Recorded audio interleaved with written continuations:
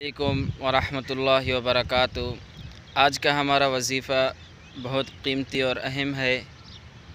سب سے پہلے نمبر پر حادثات سے بچنے کے متعلق دعا پوچھی گئی۔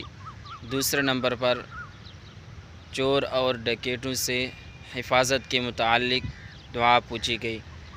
ان دونوں کو بتانے کے لیے آپ حضرات کو میں بہت شکر گزار ہوں کہ آپ حضرات نے وقت نکالا میری اس ویڈیو کو دیکھنے کے لیے۔ میرے دوستو، جس طرح اللہ رب العزت طاقتور ہیں اور پوری دنیا پر قائم و دائم ہے، اسی طرح اللہ رب العزت کا کلام وہ بھی طاقتور ہے۔ آپ انشاءاللہ پورے یقین اور توجہ کے ساتھ پڑھیں گے، انشاءاللہ اللہ تعالی آپ کو حادثات سے اور ڈکیت وغیرہ سے بچائے رکھیں گے۔ جب آپ گھر سے نکل رہے ہوں سنت کے مطابق نکلیں اور جو دعا آپ صلی اللہ علیہ وسلم نے بتائی اس کو پڑھیں۔